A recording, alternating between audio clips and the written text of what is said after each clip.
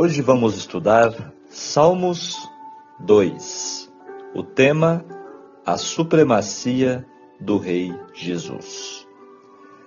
Este é o primeiro salmo messiânico que vamos conhecer e que está registrado na Bíblia, na Palavra de Deus. Profecias nos salmos messiânicos. Nosso mundo cada vez mais mergulha em conflitos e guerras. Os países poderosos têm buscado a supremacia um sobre o outro, e o medo de uma terceira guerra mundial assusta milhões de pessoas. Mas quem realmente irá prevalecer diante do caos que se instala em nosso mundo, em nosso planeta? Eu e você podemos estar realmente seguros diante de incertezas que o mundo hoje vivencia? O Salmo 2 responde esta questão. Se destaca no saltério como uma proclamação profética e majestosa da soberania de Deus, do reinado vindouro de seu Filho, o Messias. Embora um salmo anônimo em sua inscrição original, o apóstolo Pedro, sob a inspiração do Espírito Santo, atribui sua autoria ao rei Davi. No livro de Atos, capítulo 4, versos 25 e 26. Este salmo é classificado como um salmo real e messiânico, pois descreve a coroação e o governo universal do ungido de Deus. É um salmo de coroação real, mas com uma dimensão que transcende qualquer monarca terrestre, apontando diretamente para o Rei Jesus, o Messias. Muitos estudiosos o classificam como um salmo real e profético, essencial para entender a teologia do Antigo e do Novo Testamento.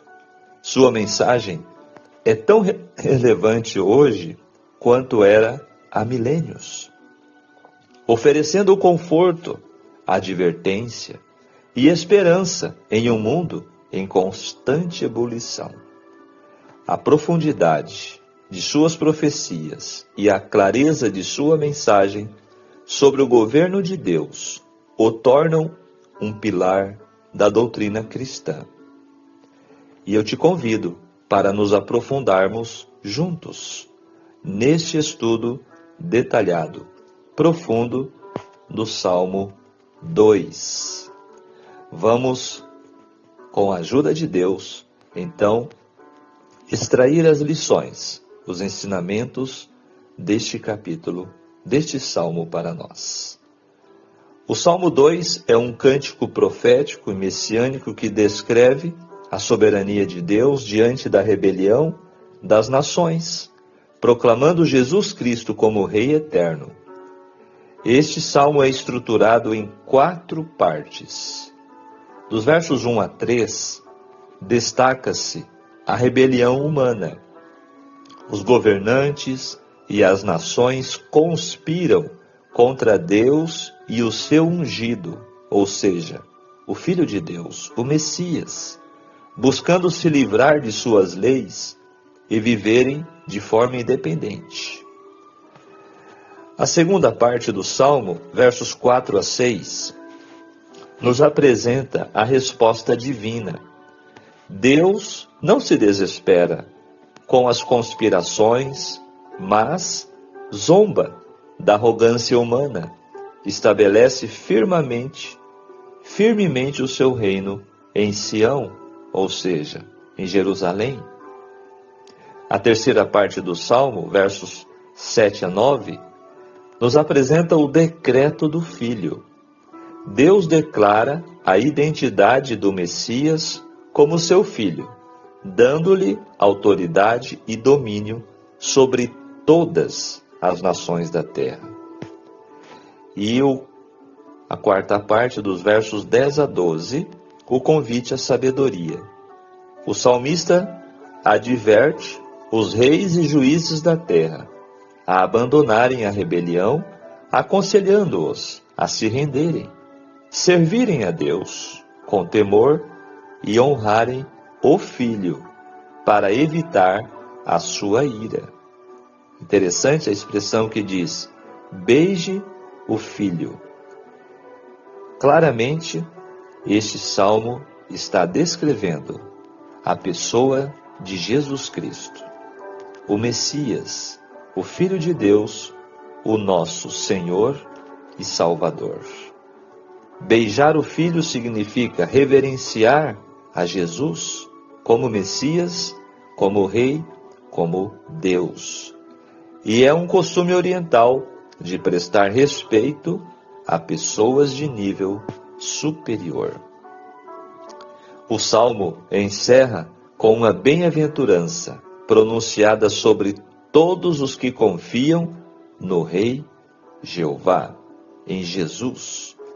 Todos os seres humanos, de qualquer idade, clima e nação, pecaram e precisam de um Salvador. Por isso, este salmo, ele se destaca como o primeiro salmo profético e messiânico, nos trazendo, portanto, uma mensagem profunda e especial. Como o primeiro dos salmos messiânicos, o Salmo 2 tem 3 aplicações principais. A situação terrena, enfrentada por Israel e as nações circunvizinhas, as circunstâncias enfrentadas por Cristo durante a sua missão aqui neste mundo, e as nações no fim do tempo, ao enfrentarem o clímax da história. Olha que interessantes revelações e compreensão encontramos neste capítulo. Falando sobre este salmo, o apóstolo Paulo destacou: ele não hesitou em falar com clareza a verdade concernente à rejeição do Salvador pelos dirigentes judaicos.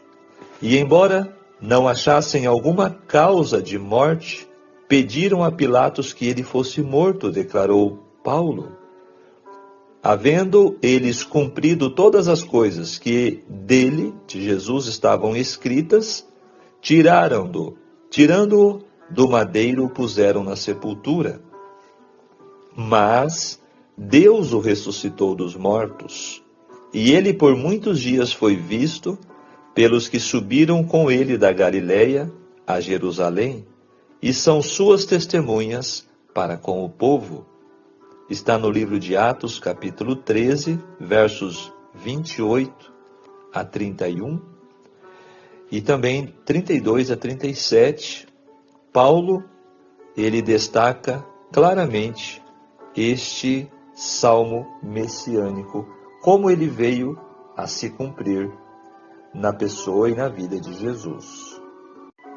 Paulo continuou dizendo: e nós vos anunciamos, continuou, que a promessa que foi feita aos pais, Deus a cumpriu a nós, seus filhos, ressuscitando a Jesus, como também está escrito no Salmo 2, disse ele: meu filho és tu, hoje te gerei.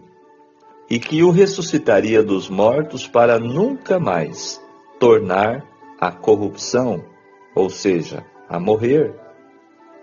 Assim, tendo Davi no seu tempo servido conforme a vontade de Deus, dormiu, ou seja, morreu, e foi posto junto de seus pais, e viu a corrupção. Mas aquele a quem Deus ressuscitou, nenhuma corrupção viu. E agora, tendo falado claramente do cumprimento de profecias familiares concernentes ao Messias, Paulo pregou-lhes o arrependimento e a remissão dos pecados mediante os méritos de Jesus, Salvador.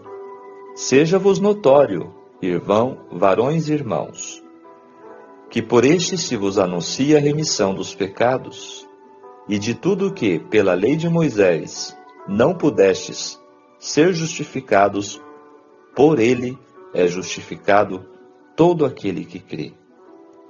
O Espírito de Deus acompanhou as palavras faladas e os corações foram tocados.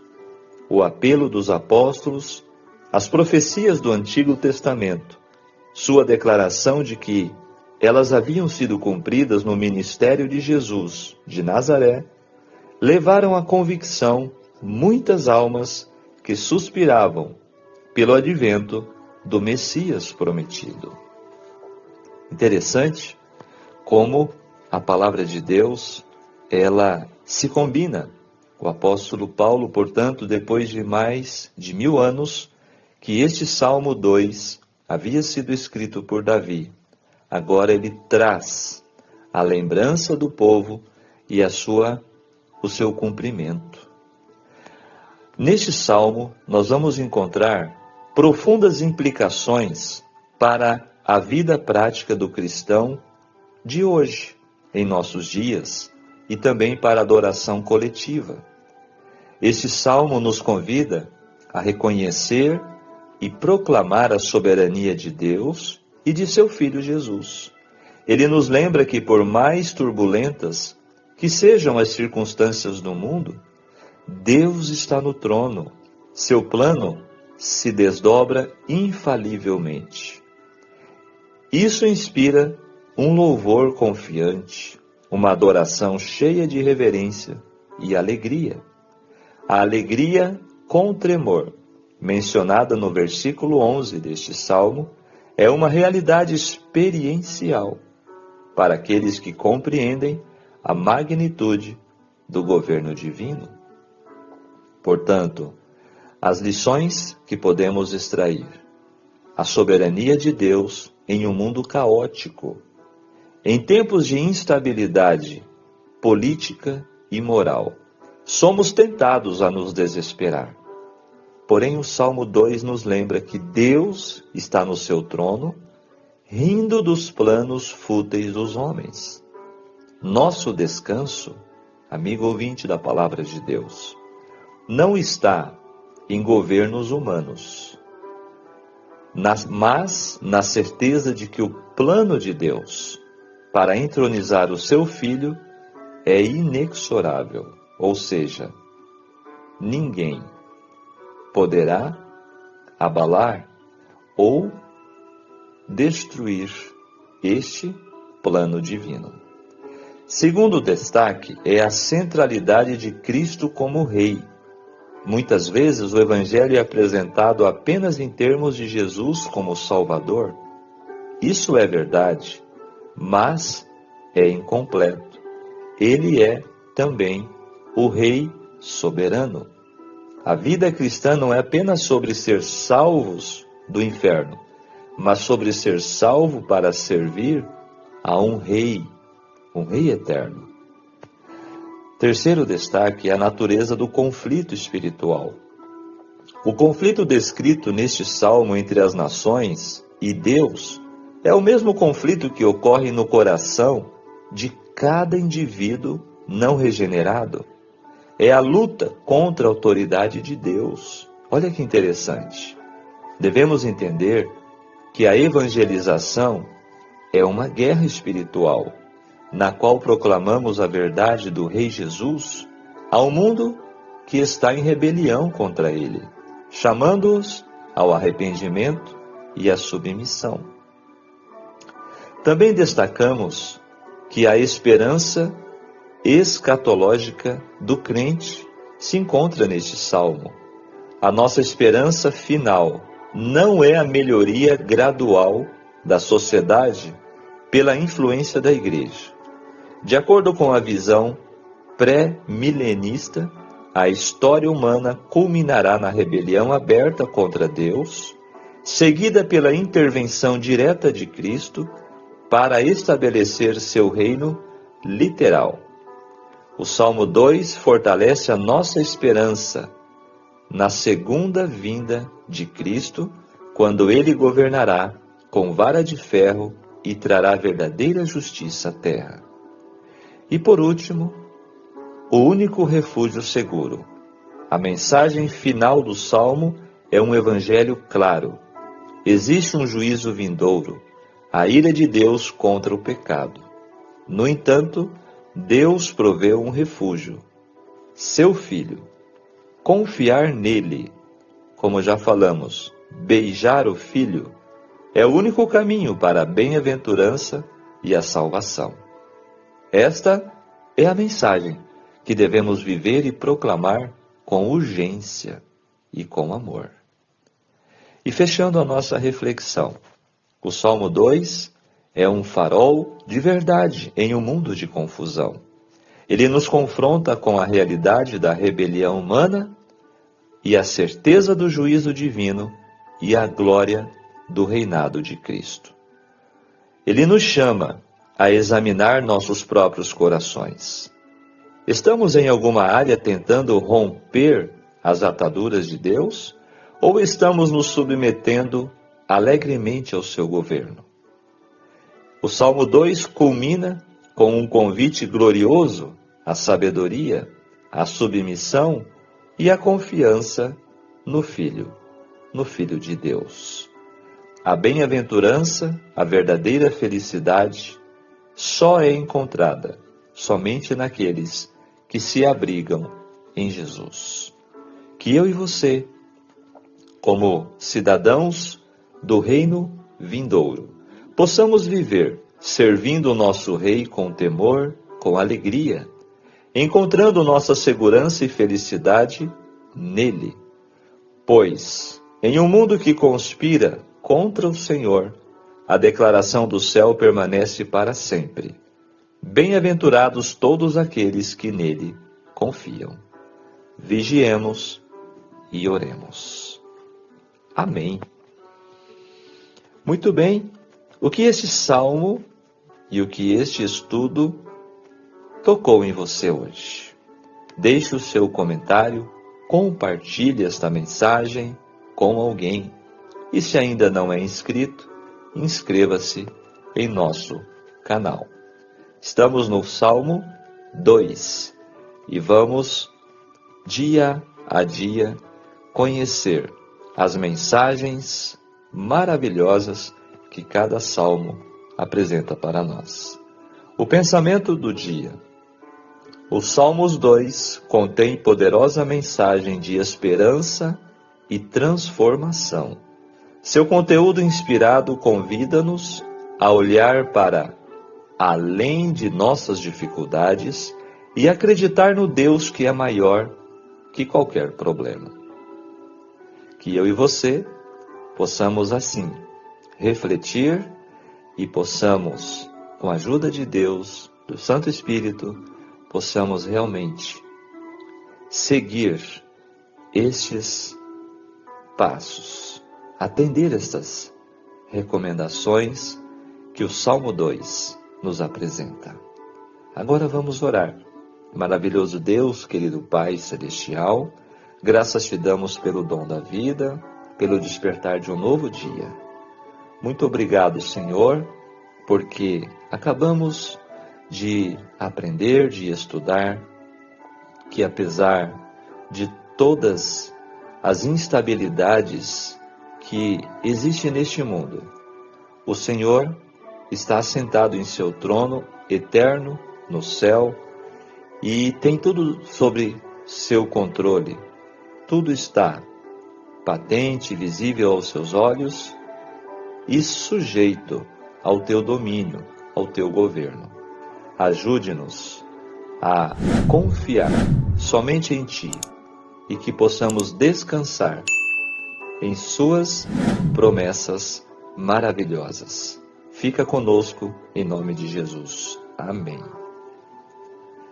Muito bem, estudantes da Palavra de Deus, que Deus te abençoe, que Deus te guarde e que este estudo possa ter trazido esperança, paz e alegria ao seu coração.